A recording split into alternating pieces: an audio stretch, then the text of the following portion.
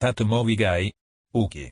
Hi everyone, welcome back, and maybe welcome for the very first time, and I'm here again with another mail and chat. So this is the fourth edition of this, and it's the first video of the post-Fantasia Film Festival videos, which is always a good thing, I guess. It was a very interesting festival, watched plenty of interesting films, got videos on this channel, and I've got written reviews over at Movie Mackers, so feel free to check out either of.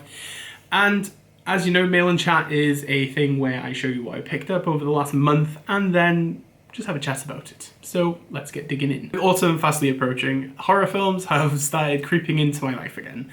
And then I remember why I don't own particular ones or why I sold particular ones.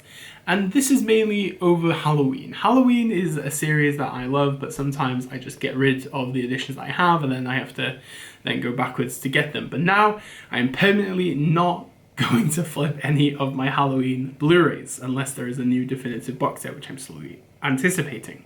But randomly, I was in a charity shop and I actually found the disc for Halloween H2O on Blu-ray along with Curse of Michael Myers inside it. It was just a disc, there was no case, so I had to make my own case, which is totally fine. It is not too shabby. And then the disc was immaculate. I got it for £1. So I was very happy with that one.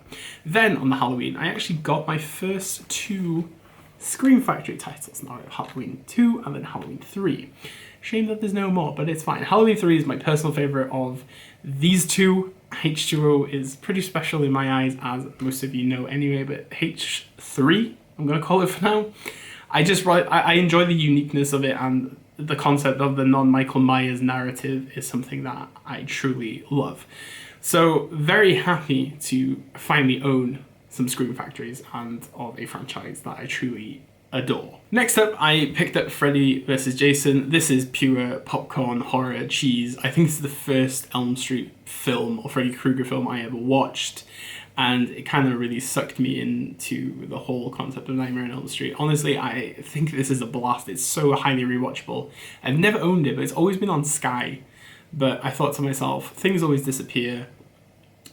With Halloween approaching, keep it. It's fine. It's fine. Next up, I actually picked up my first ever Vinegar Syndrome, and if you were on a stream with myself and Mandy Film, you convinced me to buy this, and that was Tammy and the T-Rex. I had never seen this until recently, but hot dog on a stick, this is pure stupid gore fun. I loved it. It was absolutely bonkers.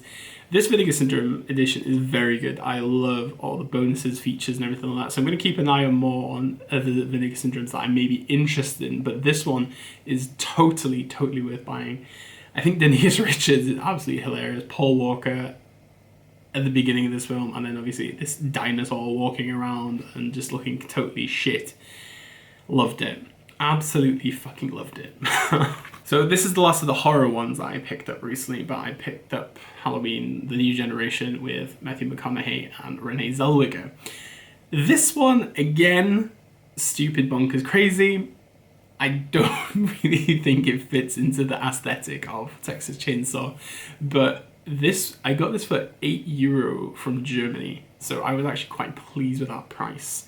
And after I watched it for the first time a few months ago, I thought to myself, it could be one of those like Texas Chainsaw Massacres that I will watch numerous times. So I got it and I'm pleased, very pleased. Next up, I picked up Flash Gordon, but I only got the standard Blu-ray because I don't need a giant 4K box of it. I don't have a 4K player, so it's not an issue. Flash Gordon is a very special film, highly quotable, very in the way of a cult film. I love the production story of this and just the whole car crash that it seems to be, but overall it's highly entertaining, and for Brian Blessed alone, why would you not want to own it? And I really love the artwork on this one, but that 4K box set, no, it's okay. Next up is a Shinya Tsukamoto film, which was my favourite of his during my lockdown watch. I'd never seen the Tsukamoto film until obviously everybody in our Talking Movie stream was talking about him.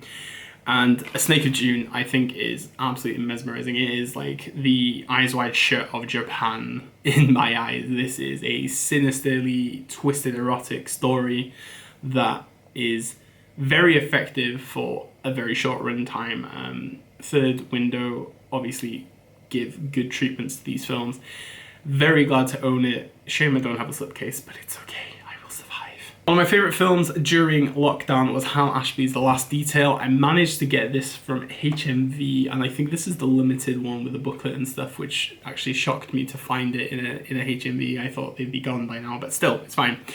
This is a very unique film in its kind of ideas of military and the fundamentalities of being a man, I think. And I really think this is one of Jack Nicholson's most underrated films ever.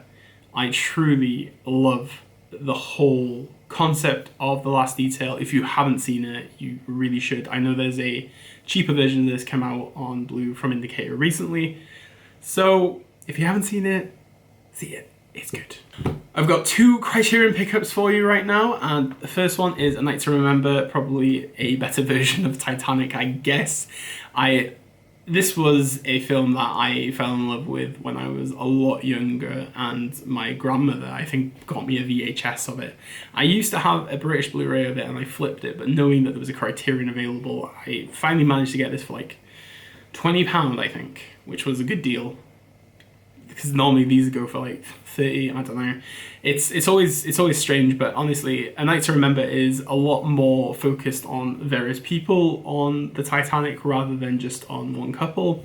And I think there's more of an emotional impact within this. It's not so overly romanticized, and it's a lot more convincing in its execution. I really would recommend A Night to Remember to anyone. It is one of the finest disaster films that you'll ever watch, honestly.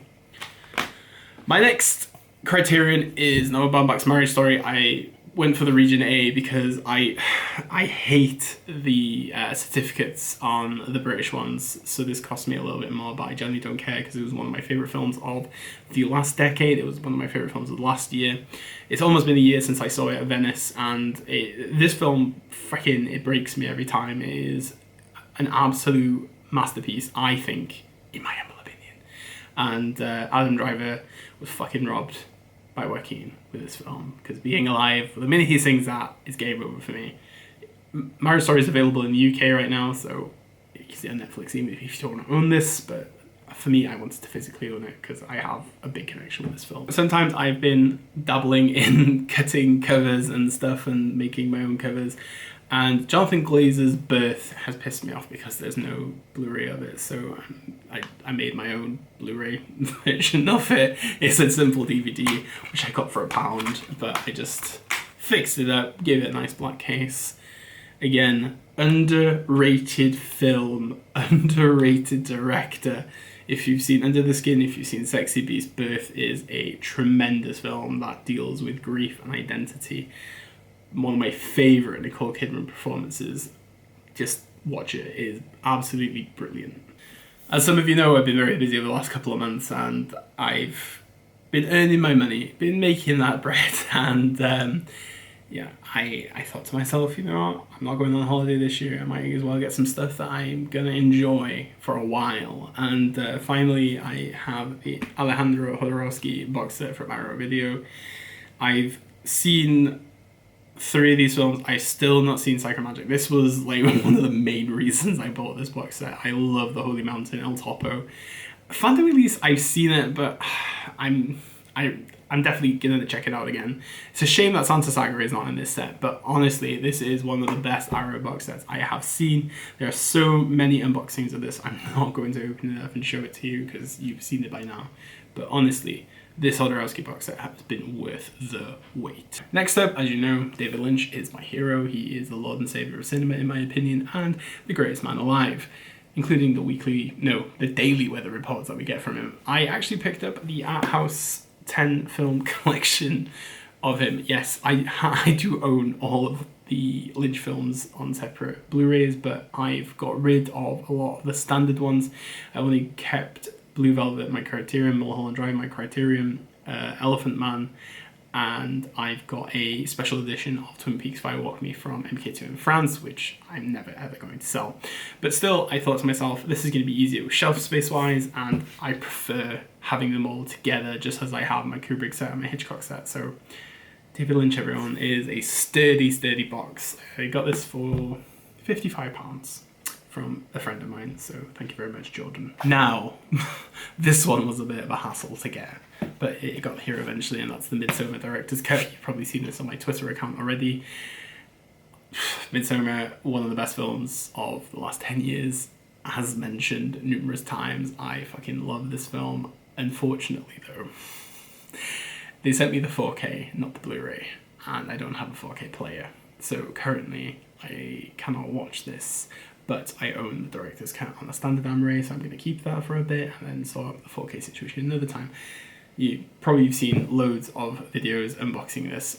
Again, there's no point in me unboxing this in front of you. So, Midsommar, everyone, hate it or love it. I saw a video of a guy throw a Midsommar Blu-ray in a toilet once, and I thought to myself, that's sacrilegious, but this is going to be buried in my tomb with me, along with maybe this and the Blue Velvet poster, maybe. I don't know. We'll see. We'll see. So those were my pickups for this month. Let me know what you thought of them, or what have you picked up yourself, or any recommendations that you may have for me to watch. A couple of updates for you. I'm actually going to be a guest lecturer at Bangor University over the next academic semester. I'm going to be teaching film criticism over there. So I'm moving from teaching primary school kids and high school kids to academic students. So I'll let you know how that goes. Also, I'm going to be starting the job with the BFI fan, which was a job that got postponed because of coronavirus. So I'm going to be starting my job in trying to pitch and support cinemas in running more unique indie films, which is something I'm very much looking forward to. I've got my press accreditation sorted out for London Film Festival, so there's going to be loads of London Film Festival videos coming up over the next, well, a couple of months from October, which I'm very much looking forward to. So there's a lot of good stuff going on. I'm very happy with how things are going, considering this year's been fucking shit for most of us. So I hope you guys are doing well, keeping safe. So my next video is going to be I'm Thinking of Ending Things, the new film from Charlie Kaufman. I have seen it, I fucking loved it. That's all I'm going to say for now. If you go over to my letterbox, you will find out more of what I thought of it for the time being until the video is released, which will be very, very soon. So for the time being, like, share, subscribe, do as you please. And as we normally say on this channel, Dale, thank God, obrigado, merci beaucoup, arigato, dankeschön, bitteschön, all the shit. And obviously, never change. Bye.